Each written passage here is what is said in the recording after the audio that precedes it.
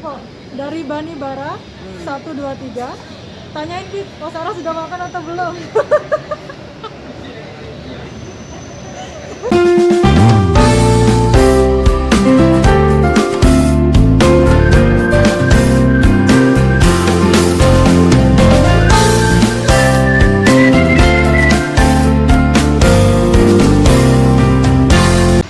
Halo gengs, kembali lagi ke YouTube channel aku, Fitri Suku. Kebetulan hari ini aku udah bersama dengan Kok Saras, salah satu aktivis perempuan yang Fitri kagumi juga begitu, terkait pemikiran beliau dan upaya beliau melawan ketimpangan atau ketidakadilan gender. Nah, tapi kali ini Fitri bertemu dengan Empok sebagai calon Wakil Wali Kota Tangerang Selatan. Halo, Pok. Halo. Boleh kan diarahin ke gue juga? Boleh dong. Tenang, suara gue lebih kecil dari lu. Oh iya bener. Lanjut. Orator, gengs.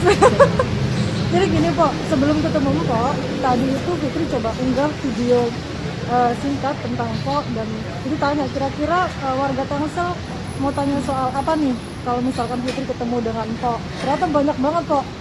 Ini lucu-lucu juga sih sebenarnya, ada juga yang serius. Mau langsung ditanyakan, Pok? Silahkan. Oke. Gini, Pok. Ini ada pertanyaan dari Aib_Kurniawan 07. Kesan pertama ketika mendengar kota Tangsel, itu kesan pertama Kak Sarah seperti apa? Ya, kalau kesan pertamanya bahwa itu ada Tangsel ini adalah kota satelitnya Jakarta yang paling maju sih, gitu ya. Karena kita kan memang tahunya itu ya BSD gitu kan, Serpong gitu. Tapi setelah kita kupas lebih dalam lagi, walaupun memang sebenarnya sempat kelihatan juga dari kesan pertama bahwa walaupun maju pasti ada ketimpangan tetap di situ. Karena Jakarta kota semaju Jakarta pun juga ada ketimpangan sosialnya, dan itu rupanya benar bahwa justru lebih besar ketimpangan sosialnya dibanding yang saya bayangkan. Ini kok. Itu pertanyaan pertama. Terus yang kedua, apa yang menjadi alasan mendasar Kak Sarah memilih kota Tangsel untuk maju sebagai wakil wali kota? Keren kok pertanyaannya. Betul, tapi mungkin juga perlu dimengerti, dan ini dari awal juga saya sampaikan bahwa saya bukan yang memilih, dan karena saya tidak mengajukan diri. Dalam hal ini saya diajukan, diajukan sebagai tokoh perempuan, sebagai kader perempuan, mantan anggota DPR RI yang dianggap bisa maju dimanapun, sehingga saya diminta oleh seseorang untuk maju di Tangerang Selatan. Dan bagi saya ini bukan, saya nggak percaya bahwa hal sebesar ini tuh kebetulan. Ya, jadi saya percaya itu apa ya, semesta mendukung gitu ya. Jadi karena doa saya, jujur doa saya, Tuhan ini kalau bukan jalannya tolong ditutup pintunya. Tetapi rupanya bukannya ditutup, malah diperbesar gitu pintunya. Jadi memang menurut saya ini ya tugas gitu, tugas dari Tuhan yang dimana saya menerima mandat dan amanah. Bahkan di bumi ini pun juga saya diberikan amanah untuk maju berjuang di Tangerang Selatan. Oke, Kak. Pertanyaan selanjutnya ini dari Amanda R. Uti. Ini apa namanya, salah satu mantan reporter Kompas, jurnalis Kompas. Senior. Ini kita gini, wow, dia bilang gitu. Titip pertanyaan dong buat Mbak Saras. Saya Amanda, warga Ciputat, Kota Tangsel. Mbak Saras. Halo Mbak Amanda atau Ibu atau siapa? Seumuran gitu ya. Oh, oke. Mbak Saras mau tanya soal ketimpangan fasilitas antara kawasan yang dikelola oleh pengembang, pengembang besar dengan yang di luar. Ini bagaimana upaya Mbak Saras untuk mengatasi ketimpangan ini? Terima kasih sudah dijawab. Ya, jadi ini yang saya angkat tadi sih ya, bahwa sebenarnya walaupun secara kasat mata sepertinya Tangsel ini cukup maju gitu, tapi yang harus diingat bahwa, dan ini kata masyarakat ya, bukan kata Pok Saraswati aja, tapi justru masyarakat itu, karena saya dengar ini jadi saya pakai ini terus. Ada satu bapak yang bilang, kok di sini itu walaupun ada 7 kecamatan, tapi hanya 4 yang milik Pemkot. karena 3-nya milik swasta katanya. Ya, milik developer gitu. Jadi memang yang ketimpangan itu bagi mereka yang tinggal di Ciputat Timur, Pamulang dan Setu itu masih sangat ketimpangannya sangat terlihat dan sangat besar sekali. Jadi kalau misalkan kita bicara apa yang mau dilakukan, ya salah satunya pastinya kita bicara infrastruktur. Udah pasti. Infrastruktur itu bisa dalam bentuk darat, bisa dalam bentuk udara. Udara itu maksudnya internet. Jadi kita mau menghadirkan fiber optic. Kalau dari segi daratnya kita bicara ada titik-titik kemacetan sekitar 150-an yang akar permasalahannya itu harus diidentifikasi. Kalau kita bicara tentang penyeberangan ya harus ada flyover atau underpass. Kalau kita bicara tentang jalan yang terlalu kecil, ya seharusnya ada pelebaran jalan. Yang sebenarnya itu sudah kelihatan, gedungnya udah pada mundur semua, cuma belum dikerjain. Terus kalau kita bicara tentang darat juga, kita bicara, saya berharap bisa menghadirkan LRT di sini, bukan MRT. Kalau MRT itu secara hitung-hitungan nggak masuk akal, ya. Jadi LRT itu masih bisa diperjuangkan, kecuali MRT-nya itu dihadirkan oleh pemerintah pusat. Nah, beda ya. Tapi kalau Pemkot gitu agak susah kalau MRT. Tapi LRT bisa. Terus sistem transportasi publik yang terintegrasi. Selain dari itu juga ketimpangan sosial pasti bicara dari segi ekonomi kan. Nah, kita harus melakukan pemberdayaan masyarakat terutama UMKM-nya. Nah, UMKM-nya pun juga lebih fokus pada kecil dan mikro, ya.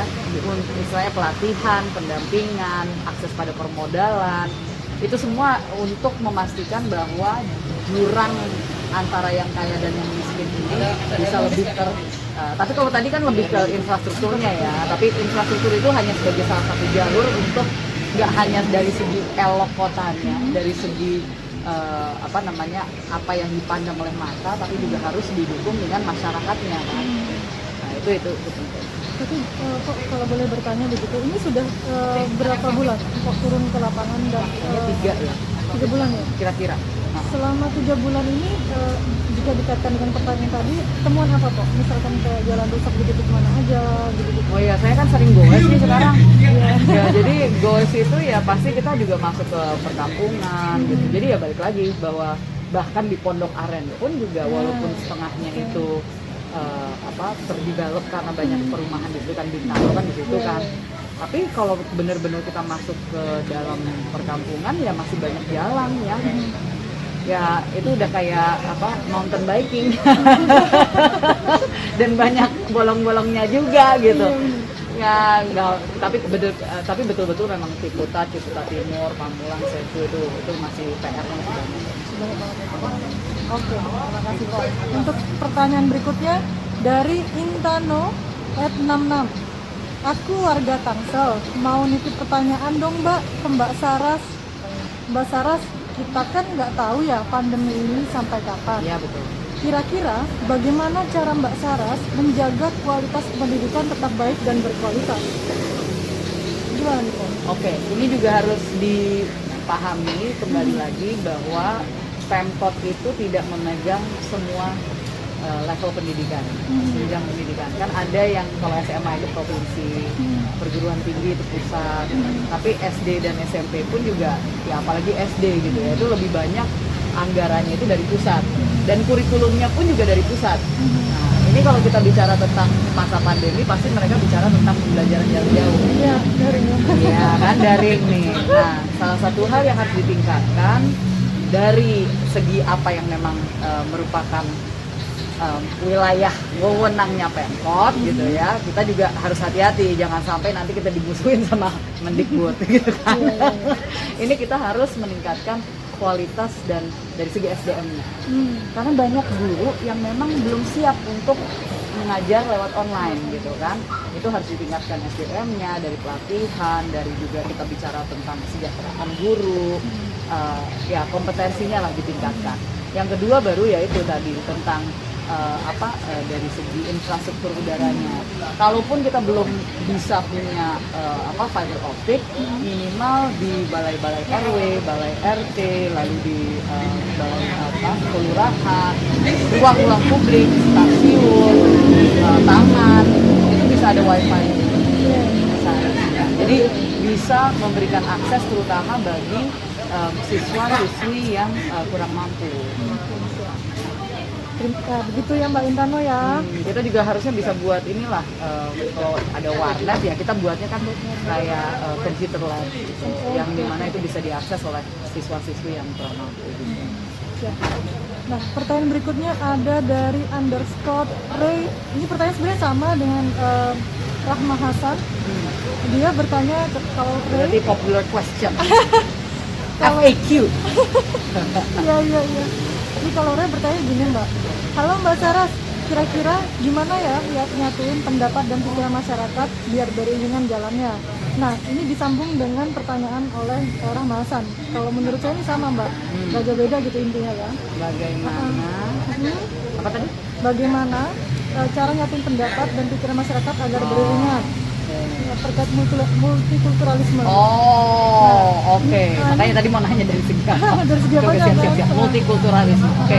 Terus kemudian ini yang agak mirip disambung oleh Rahma Hasan. Gini, apa ada cara untuk membuka pikiran rakyat agar tidak rasis? Kan tidak jauh beda. Iya. Gimana Mbak Saras? Kita bicara multikulturalisme itu bicara tentang salah satu visi misi kita itu luhur budinya. Ya. Terutama terkait ini ya Mbak Saras ya, agama-agama. Ya pokoknya isu sara lah, isu sara.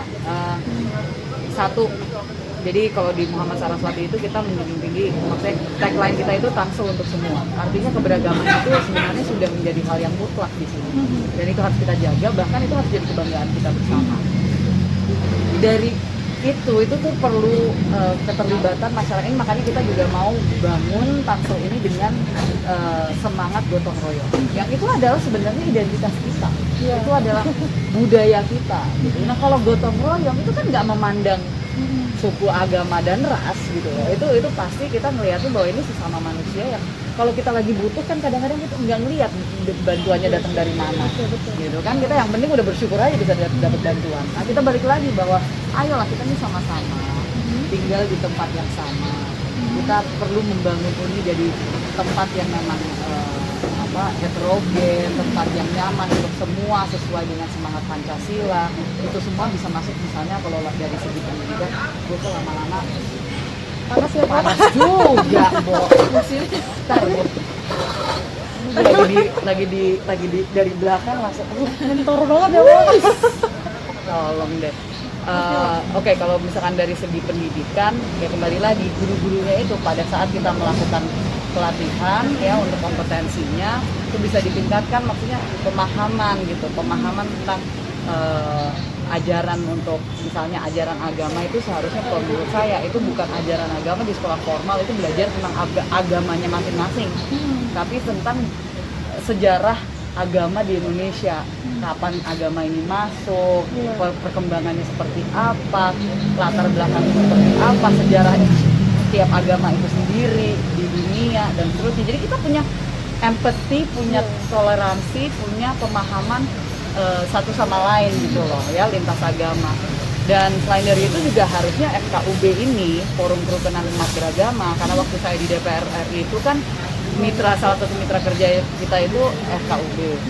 Nah itu seharusnya kita bisa meningkatkan kapasitas mereka.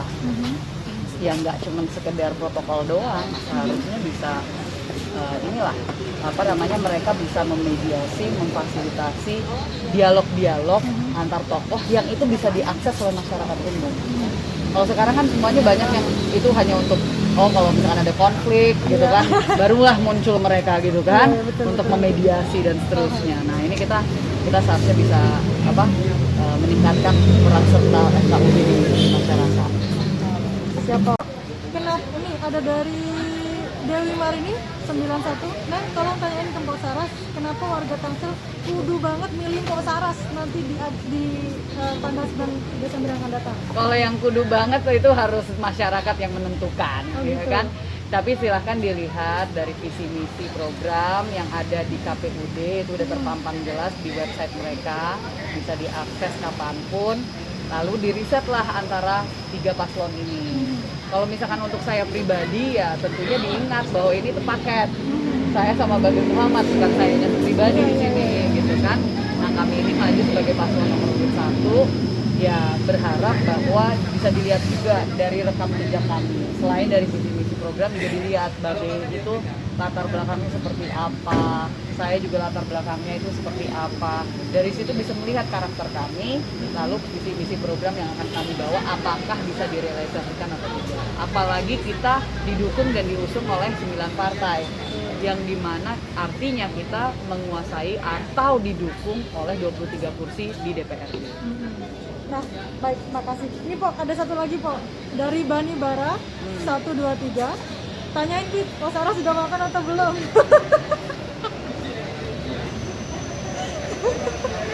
Pertanyaan menarik. Kamu posting apa sih sampai ada pertanyaan kayak gitu? Cuman video doang Pak. Enggak, kalau gue artinya alhamdulillah puji Tuhan saat ini sudah makan, tapi pada saat itu berarti mungkin saya kurusan kali ya, makanya ditanya udah makan atau belum gitu, atau kelihatan saya pucet atau gimana.